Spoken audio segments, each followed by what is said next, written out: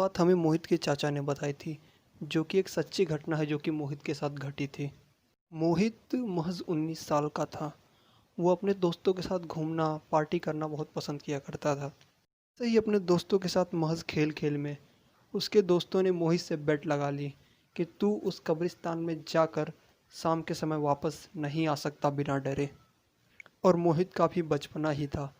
उसने भी शर्त मान ली और शाम के समय उस कब्रिस्तान में जाने के लिए तैयार हो गया, जो कि एक बहुत ही खौफनाक कब्रिस्तान था। कई लोगों ने उस कब्रिस्तान में कई अजीबोगरीब घटनाएं घटते हुए देखी थी, जिनमें से एक मोहित के चाचा भी थे, जिनके साथ वहां पर एक घटना घटी थी। उस घटना के नाते उन्हें अपने दाएं हाथ की एक उंगली खो देनी पड़ी थी। इसके नाते वो उस कब्रिस्तान में कभी भी नहीं जाते थे। को इस बात का ज़रा भी अंदाज़ा नहीं था कि उसने एक गलत शर्त कबूल कर ली है। और कुछ देर बाद शाम हो जाती है और मोहित के दोस्त उसे बुलाने लगते हैं घर के नीचे से। और मोहित भी फटाफट घर के नीचे पहुंच जाता है और उन्हें बोलता है, चलो, मैं डरता नहीं किसी से। कब्रिस्तान महज 20 मिनट का रास्ता था अगर वो गाड़ी से जाते हैं तो। मोहित के दोस्तों के पास उस समय बाइक थी, जिस पर तीनों लोग बैठकर चले जाते हैं। मोहित कब्रिस्तान के बाहर उतर जाता है बाइक पर से और उसके दोनों दोस्त कब्रिस्तान से कुछ दूरी पर जाकर बाइक के साथ खड़े हो जाते हैं और मोहित को कहते हैं, अगर तू नहीं डरता है तो जा इस कब्रिस्तान में और ज़ोर से चिल्ला के आ, जिसको जो उखाड़ना है उखाड़ लो, मैं किसी से नहीं डरता हूँ। कि मोहित उस समय उस कब्रिस्तान में जाने से डर तो रहा था, पर अपने दोस्तों के सामने उसकी इज्जत ना घट जाए, इसलिए वो उस कब्रिस्तान में चला जाता है और वहाँ जाकर ज़ोरों से चिल्लाता है, जिसको जो उखाड़ना है उखाड़ लो, मैं किसी से नहीं डरता हूँ। कि महज ये बोलने की ही देरी थी कि उसकी चिल्लाने की आवाज़ें ज़ोरों से आने लगती हैं। मोहित के दोस्त लोग डरा तो नहीं करते थे, इसलिए दोनों भाग कर जाते हैं और उसे कब्रिस्तान से खींच कर लेकर चले आते हैं। और बाहर आकर वो दोनों उसके ऊपर हंसने लगते हैं कि देखा, तू डरता है। मोहित कुछ अजीब तरीके से झूमे जा रहा था, पर उसके दोस्तों ने ये बात को नोटिस नहीं की। उसे बाइक पर बीच में बैठाकर उसे घर ले जाकर छोड़ आते हैं।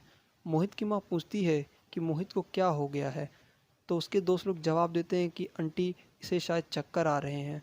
मोहित अपने घर में जाता है और बिस्तर पर लेट जाता है। लेकिन जब सुबह होती है तो मोहित की माँ उसके लिए चाय लेकर आती है और देखती है मोहित के पूरे शरीर पर नोचने के कई निशान थे और उसमें से खून अभी भी थोड़ा थोड़ा बह रहा था और खून बिस्तर पर भी लगा हुआ था। बिस्तर पर उठते ही दर्द से चिल्लाने लगता है।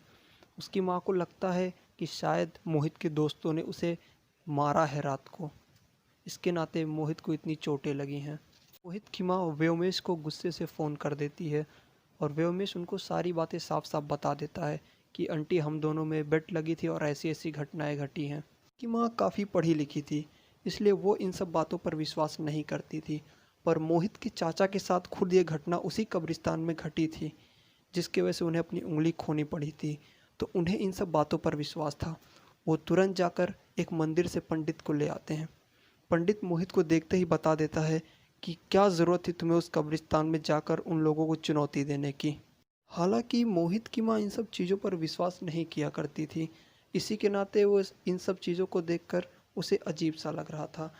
पर जब पंडित जी ने कुछ कहा और कुछ चीज़ें बुदबुदाई तो मोहित का शरीर कांपने लगा।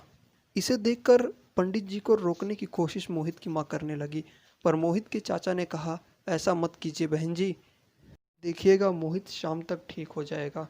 मोहित की माँ ने कोई और उपाय ना देखते हुए उनके चाचा की बात मान ली। पंडित ने कुछ कुछ तो किया और मोहित उसी समय सो गया बिस्तर पे। अगले दिन मोहित सुबह 3 बजे उठता है दोपहर के। मोहित के शरीर में अभी भी काफ़ी दर्द तो होता है, पर मोहित अपने घर वालों को सारी घटनाएं जो वहाँ घटी होती है साफ साफ बताता है। दोस्तों, इसीलिए हमारे बड़े बुजुर्ग हमें ऐसी जगहों पर रात के समय जाने से मना करते हैं, क्योंकि ऐसी जगहों पर कई भयानक चीज़ें हो सकती हैं, जिन पर कुछ लोग विश्वास करते हैं और कुछ लोग नहीं करते हैं। इन पर वही लोग विश्वास करते हैं जिनका पाला इनसे कभी न कभी पड़ चुका होता है। तो दोस्तों, अगर आप सबको मेरी ये सच्ची कहानी पसंद आई है, जो कि मुझे मोहित के चाचा ने खुद बताई थी, तो आप मेरे चैनल को सब्सक्राइब कीजिए और वीडियो को लाइक कीजिए। आपका हमारे वीडियो को लाइक और चैनल को सब्सक्राइब करना ही हमारे मेहनत का फल होता है।